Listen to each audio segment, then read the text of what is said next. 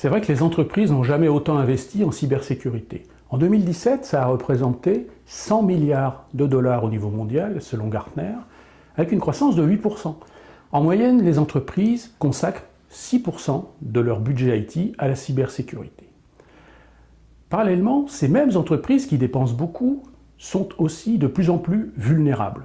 Beaucoup d'études nous le montrent et l'actualité nous le rappelle régulièrement. Comment expliquer ce paradoxe? En fait, la croissance des dépenses en cybersécurité est liée à plusieurs facteurs. Il y a d'abord l'évolution des menaces. Les pirates ont de plus en plus d'imagination, les menaces sont de plus en plus complexes, et il faut bien s'adapter à de nouvelles vulnérabilités. La deuxième raison est d'ordre réglementaire. On le voit par exemple avec le RGPD, le Règlement européen sur la protection des données personnelles, qui impose aux entreprises de revoir leur politique de sécurité pour être conformes.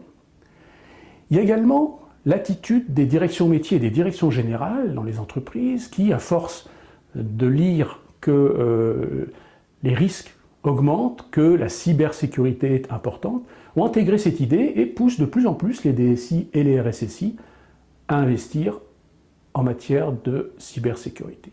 Puis enfin, il y a une raison un peu plus historique qui est liée à l'ouverture des systèmes d'information, qui a débuté au début des années 80 avec les PC, les réseaux locaux, le web, le e-commerce, le cloud, la mobilité, et dans un futur proche, l'Internet des objets et l'intelligence artificielle qui vont créer certainement de nouveaux risques contre lesquels les entreprises ne sont pas toujours préparées. Donc on voit qu'actuellement, les entreprises sont face à trois grandes ruptures. La première, c'est la rupture du cloud, qui est devenu un standard dans le management de systèmes d'information. Il y a également la rupture de la mobilité, qui est liée à une transformation des usages.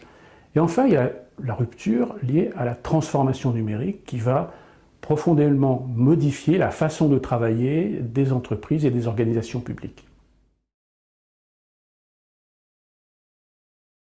Que peuvent faire les entreprises? Avant de voir comment elles peuvent améliorer leur sécurité, il y a trois erreurs déjà qu'il ne faut pas commettre. La première, c'est de considérer, comme on le faisait dans les années 70, que la sécurité, c'est comme un château fort, imprenable. Cette approche n'est plus valable, puisqu'on a vu que les systèmes d'information se sont considérablement ouverts et on ne peut plus raisonner de cette manière. La deuxième erreur qu'il ne faut pas commettre, c'est de continuer à empiler des solutions parce que ça devient très coûteux et c'est très complexe à manager. La troisième erreur, c'est de considérer qu'on peut faire l'impasse sur certains risques, soit parce qu'on considère qu'ils sont tellement peu probables que ça ne vaut pas la peine d'investir, soit parce qu'on considère que s'ils se produisent, finalement ça ne coûtera pas si cher pour réparer les dégâts. En fait, quels sont les besoins dans les entreprises? Les utilisateurs, eux, ils veulent être protégés dans leurs actions de tous les jours. Les DSI et les RSSI veulent être rassurés sur le fait que leur système d'information est suffisamment robuste pour résister à la plupart des attaques. Concrètement, les entreprises peuvent privilégier 4 stratégies. La première, c'est de simplifier et d'unifier au maximum toutes les solutions de sécurité. Seconde stratégie, c'est de pouvoir analyser en temps réel tout le trafic et tous les flux qui sont susceptibles de présenter des failles de sécurité.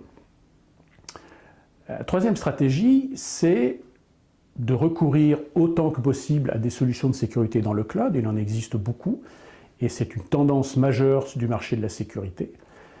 Et enfin, du côté de la sensibilisation des utilisateurs, dont on sait que c'est vraiment le point faible de toutes les politiques de sécurité, peut-être faut-il imaginer des solutions un petit peu plus innovantes que les formations traditionnelles dans lesquelles personne n'écoute, personne ne retient et personne n'utilise ce qui est dit, et privilégier par exemple des serious games, des approches plus ludiques, de manière à bien faire passer les messages auprès des utilisateurs sur la nécessité de protéger le système d'information.